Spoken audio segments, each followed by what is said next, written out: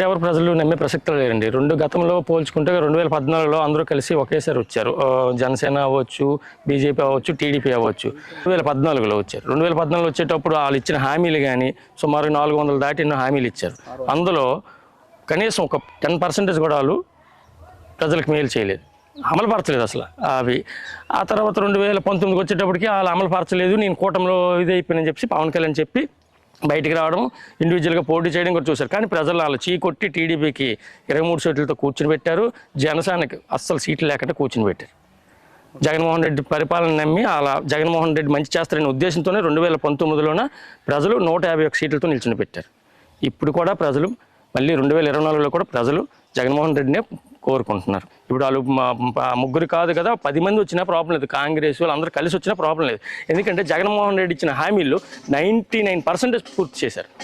ప్రజలు ఇప్పుడు చేసిన నాయకుడిని నమ్ముతారు, కానీ ఆడు చేస్తారని చెప్పి గతంలో మోసం చేసిన నాయకుడిని కానీ మళ్ళీ ఇప్పుడు ఆడు చేస్తారని ఎవరు నమ్మరు. 2014లో 2019 తర్వాత గోను సంచులు మోసుకునే ఉద్యోగం అని చెప్పేసి మళ్ళీ ఇప్పుడు అదే గోను సంచులు మోసుకునే ఉద్యోగం నువ్వు ఎంతగా అంటున్నావు? జగన్మోహన్ రెడ్డి ముందు చూపుతో ఎప్పుడో ఆలోచించుకొని గ్రామ స్వరాజ్యాన్ని ప్రతి పల్లెటూరికి అందించాలనే ఉద్దేశంతో ప్రతి 50 కుటుంబాలకు ఒక వాలంటీర్ని పెట్టారు. ప్రతి ఒక్క ముసలమ్మలకు కానీ లేకపోతే అవ్వాతాతలకు అందరికి కూడా ఇంటింటికి పెన్షన్ పంచే కార్యక్రమం కానీ రేషన్ కార్యక్రమం కానీ ఏదైనా సరే ఆ ముందు చూపుతో పెట్టిన దీనిని మీరు నువ్వు అంత విమర్శించావు. కానీ నువ్వు మళ్ళీ ఇప్పుడు తప్పు అని తెలుసుకుని మళ్ళీ నువ్వు జీతం పెంచుతానంటావు, వాళ్ళు మళ్ళీ కంటిన్యూ చేస్తానంటావు. వాళ్ళు జగన్మోహన్ రెడ్డి మనుషులయ్యా, నువ్వేళ కంటిన్యూ చేస్తా? నువ్వు నిజంగా చెప్పు అంటున్నావు కానీ కంటిన్యూ చేస్తానని చెప్పేసి ఒకవేళ నువ్వు వస్తే నీ జన్మభూమి కమిటీలు వేసుకుంటావు, కానీ జగన్మోహన్ రెడ్డి కార్యకర్తలకు నువ్వు వేస్తావా వాలంటీర్ వ్యవస్థని? నువ్వు ఎలక్షన్ వరకు డ్రామాలు ఆడుతున్నావు, వీళ్ళు వాడుకుని వదులుకుందామని చెప్పి కలబట్టే సార్. గతంలో పవన్ కళ్యాణ్ వాడుకుని వదిలేశారు, మళ్ళీ ఇప్పుడు తెచ్చారు. అలాగా సహజంగా నాయకుడు అంటే ఎవరు నమ్ముతారు? చంద్రబాబు నమ్ముతారా, జగన్ నమ్ముతారా, పవన్ కళ్యాణ్ నమ్ముతారా? సార్ నాయకుడిని అంటే ఎవరు నమ్ముతారంటే ప్రజాక్షేత్రంలో ఉండేవాడు ప్రజలకు ఏదైతే మాట ఇచ్చాడో వాడిని పూర్తిగా నెరవేరిస్తే వాళ్ళని నమ్ముతారు సార్. పూర్తి కాకపోయినా ఇచ్చిన ఒక 10 మాటలు, ఒక 8 మాటలని నెరవేర్చాలి, ఒక 7 మాటలని నెరవేరిస్తే నమ్ముతారు సార్. అది ఏ నాయకుడట అవును ప్రజాక్షేత్రంలో ఉన్నాడు. అలా గతంలో చంద్రబాబు నాయుడు కానీ పవన్ కళ్యాణ్ కానీ వాళ్ళు చంద్రబాబు నాయుడు 2014లో నేను ఇది చేశాను, నన్ను అది చూసి ఇప్పుడు నాకు ఓటు వేయండి అని చెప్పి అడగమని చెప్పండి, అడగలేరు. వాళ్ళు ఏం చేయలేదు. కాబట్టి పవన్ కళ్యాణ్ అంటే అసలు మరి అతను మాట్లాడుకోవాల్సిన అవసరమే లేదు సార్. పవన్ కళ్యాణ్ కోసం అతను ఒక గతంలో 2 నియోజకవర్గాల్లో చేశారు. ఎవరు వస్తారు అనుకుంటున్నారు? స్టేట్లో ఎలా ఉంది సార్? గతంతో పోల్చుకుంటే మేము చేసిన జగన్మోహన్ రెడ్డి చేసిన పరిపాలన చాలా బాగుంది సార్. అందుకు స్టేట్లో అయితే మేము ఎట్టి పరిస్థితుల్లో జగన్మోహన్ రెడ్డి 175 స్థానాలు అంటున్నారు. మా పబ్లిక్ ఒపీనియన్గా మా తరపున మేము చెప్తున్నాము 130 నుంచి 150 సీట్లతో మేము వస్తాం సార్. మా నియోజకవర్గం వరకు వచ్చేటప్పటికి మేము గతంలో 14,500 మెజార్టీతో వచ్చాం. ఇప్పుడు ఎవరో చెప్తున్నారు ఇండిపెండెంట్లు వేశారు అని చెప్పేసి, వాళ్ళతో ఏం పైన ఫ్యాన్ గుర్తుండాలా, జగన్మోహన్ రెడ్డి ఉండాలా, ఇక్కడ తమ్మినేని సీతారాం వస్తారు సార్. ఈ 5 సంవత్సరాలు జగన్మోహన్ రెడ్డి గారి పరిపాలనలో లబ్ధిదారులు ఎంతో సంతోషంగా ఉన్నారు. ఎందుకంటే ఒక క్యాస్ట్ సర్టిఫికేట్ కావాలన్నా, ఒక ఇన్కమ్ సర్టిఫికేట్ కావాలన్నా, పెన్షన్ కావాలన్నా, అదే రేషన్కి మాలాంటి పంచాయతీలో 7 విలేజ్లకు ఒకే దగ్గర ఉండడం వల్ల రోజుల కొద్ది వాళ్ళ కోసం దూరంగా నడిచి తెచ్చుకునేవారు. ఇప్పుడు ఇంటి వద్దకే ప్రతిదీ డోర్ డెలివరీ అవుతుంది. నెక్స్ట్ పెన్షన్ కూడా వాలంటీర్ వ్యవస్థ వచ్చిన తర్వాత ఇంటికి 6వ గంటకి 1వ తేదీన 6వ గంటకే మనకు తలుపు కొట్టి వెంటనే మనకు పెన్షన్ ఇస్తున్నారు. తర్వాత ఒక పంచాయతీ సెక్రటరీ ఆ పెన్షన్ కోసమే పంచాయతీ సెక్రటరీ ఎన్ని రోజులు 4-5 రోజుల వరకు వారి కోసం వీళ్ళ ఉపాధి మానుకొని కాసుకొని కూర్చుండేవారు. ఇప్పుడు ప్రతి ఒక్కరికి ఇంటి వద్దకే అంటే వాలంటీర్ వ్యవస్థ, సచివాలయ వ్యవస్థ వచ్చిన తర్వాత పరిపాలన అనేది సులభతరమైంది. ప్రతి ఒక్కరికి కూడా చాలా ఈజీగా పనులు జరుగుతున్నాయి. తర్వాత జగన్మోహన్ రెడ్డి గవర్నమెంట్లో 3 మేజర్ అంటే వ్యవసాయము, విద్య, వైద్యము ఈ 3టికి పూర్తి ప్రాధాన్యత ఇచ్చారు. ఈ 3 విద్యా వ్యవస్థలో సమూల మార్పులు తెచ్చారు. స్కూల్కి స్కూలు బిల్డింగ్లకి రంగులు వేసుకునే స్టేజ్లో లేనటువంటి తొలి గవర్నమెంట్లో ఈసారి వాళ్ళకి డిజిటల్ క్లాస్ బోర్డులు, స్కూలు ఎంతో ఆహ్లాదకరంగా చాలా చక్కనైనటువంటి వాతావరణంలో డిజిటల్ బోర్డ్స్, తర్వాత మినరల్ వాటరు, ప్రతిదీ డస్కులు అన్నీ సమూలంగా మార్పులు చేశారు. తర్వాత ఇంగ్లీష్ మీడియం తెచ్చారు. ఇప్పుడున్నటువంటి పోటీ పరిస్థితుల్లో ఇంగ్లీష్ మీడియం అనేది చాలా అవసరం.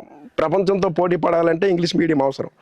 దానికోసం రకరకాల బైజూస్ అంటే ట్యాబ్లు ఇచ్చారు. తర్వాత బైజూస్తో టైఅప్ అయ్యి దాంతో పూర్తిగా ఇచ్చారు. రకరకాల విద్యార్థులు చాలా సంతోషంగా ఉన్నారు. జగనన్న విద్యా కానుక ద్వారా చాలా ఇప్పుడు మనం బయట కూడా కొనుక్కోలేనటువంటి నోట్బుక్స్ కానీ బుక్స్ కానీ చాలా క్వాలిటీ ఉన్నటువంటి యూనిఫామ్ కానీ, చాలా క్వాలిటీ ఉన్న యూనిఫామ్ కానీ, షూస్ కానీ, టై కానీ, బెల్ట్లు కానీ అన్నీ పూర్తిగా తల్లిదండ్రులకు ఎటువంటి అవసరం లేకుండా పూర్తిగా ప్రభుత్వమే సరఫరా చేస్తుంది.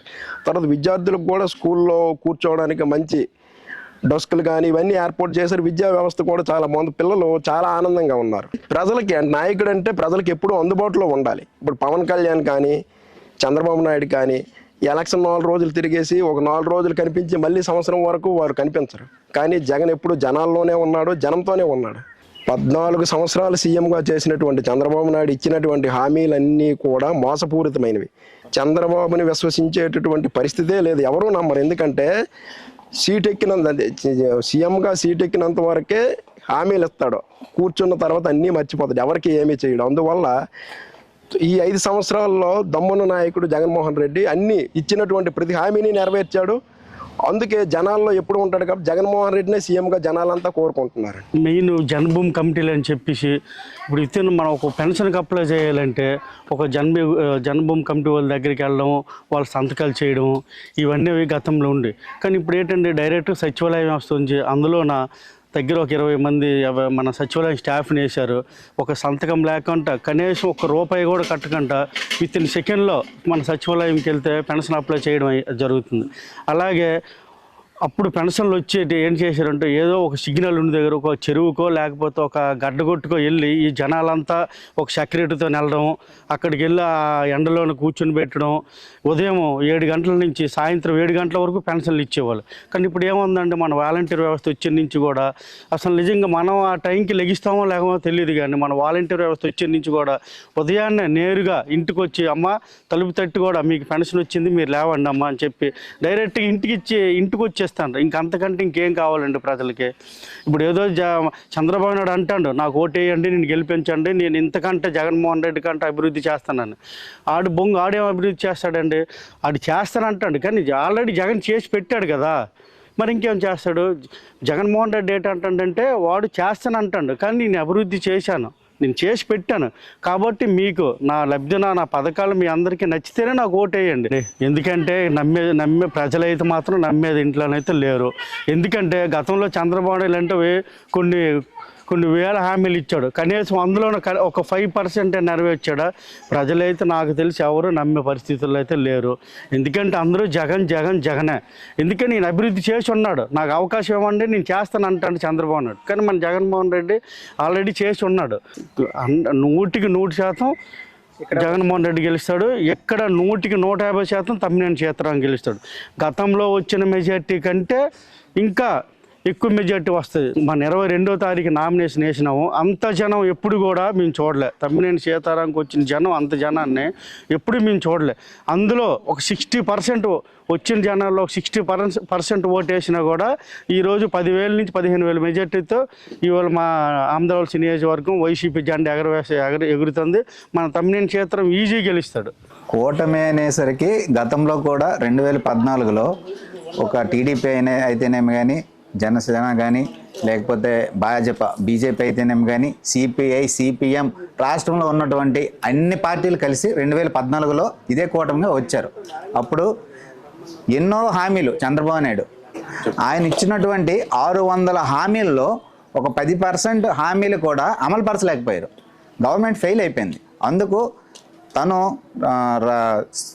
శాసనసభలో కూడా జగన్మోహన్ రెడ్డి ప్రతిపక్షంలో ఉండేటప్పుడు చాలా రకాలుగా మీరు ఇచ్చే హామీలు ప్రజలకు ఎటువంటి లబ్ధి పొందారు అని తను అసెంబ్లీలో చాలాసార్లు వాళ్ళతో ఫైట్ చేసి వాళ్ళు ఎటువంటి ఆయన మాటలకు రెస్పాండ్ అవ్వక ఆయన సరే నేను ప్రజల్లో తేల్చుకుంటానని ప్రజాక్షేత్రంలో సుమారు 4,000 పైచిలుక కిలోమీటర్ పాదయాత్ర చేసి ప్రజాక్షేత్రంలో ప్రజల యొక్క స్థితిగతులు, ప్రజలు ఎదుర్కొన్నటువంటి సమస్యలు, ప్రజలు ఏ రకంగా ఎన్నో ఇబ్బందులు పడుతున్నారు, ఎన్ని బాధలు పడుతున్నారని ప్రజాక్షేత్రంలో వాళ్ళ తాలూకా బాధలను తెలుసుకొని వాళ్ళకి సంబంధించినటువంటి వృత్తిపరంగా, వైద్యపరంగా, విద్యాపరంగా పలు అనేక సాంకేతిక పరిజ్ఞానాలు అన్నిటినీ తన దృష్టిలో ఉంచుకొని ప్రజాక్షేత్రంలో తను పాదయాత్ర టైంలో చేసినటువంటి హామీలను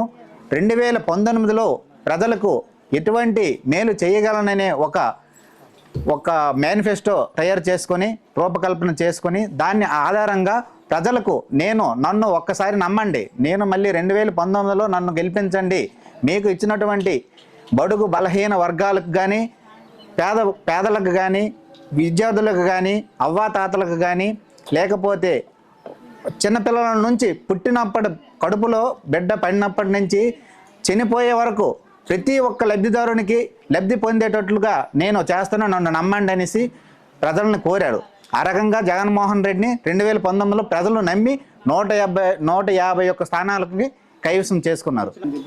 చంద్రబాబు నాయుడు ఏమిస్తారండి? 2014లో ఆయన చెప్పారు రైతు రుణమాఫీ అన్నారు, ఉచిత కరెంట్ అన్నారు. రుణమాఫీ ఏం చేశారు? కనీసం ఆయన 10%, 20% కూడా మాఫీ చేయలేకపోయినారు. విఫలమైనట్టే కదా, రైతులకు ఎటువంటి మేలు చేయలేకపోయినారు. ఎవరు నమ్ముతారు అనుకుంటారు? ఆయన ఏదో ఇప్పుడు వచ్చి నేను ఇచ్చేస్తానో చేసేస్తానో అనేసి అంటానండి. నిన్నటి వరకు ఈ వాలంటీర్లతో ఏమన్నారు జగన్మోహన్ రెడ్డి? వాలంటీర్లు ఎవరు? వాళ్ళు ఒక రాజకీయ వాళ్ళు డబ్బు మూటలు మోసుకున్న వాళ్ళు, లేకపోతే ఆడవాళ్ళు లేని టైంలో మగవాళ్ళు అయితే వచ్చి కొట్టుకుంటారు, లేకపోతే వీళ్ళంతా లవర్స్ పార్క్ టైప్లో ఉంటుంది సచివాలయ వ్యవస్థ ఇదంతా అనేసి కామెంట్ చేశారు నిన్నటి వరకు. అదే ఆయన ఇప్పుడు మళ్ళీ నేను వాలంటీర్ వ్యవస్థని ఈ వాలంటీర్లనే నేనే ఇస్తాను అనేసి అంటున్నారు. ప్రజలంతా ఆయన చెప్పిందని నమ్మడానికి ఎవరు సిద్ధంగా లేరు. ఖచ్చితంగా జగన్మోహన్ రెడ్డి 170 స్థానాల్లో వచ్చేటట్లు ఆయన రూపొందించుకొని మేము పబ్లిక్ అంతా దీనిలో ఉన్నారండి. కంపల్సరీగా జగన్మోహన్ రెడ్డి గెలుస్తారు. ఇక్కడ మన ఆమదలవలస నియోజకవర్గంలో తమ్మినేని సీతారాం మంచి సుమారు 25,000 మెజార్టీతో గెలుస్తారండి.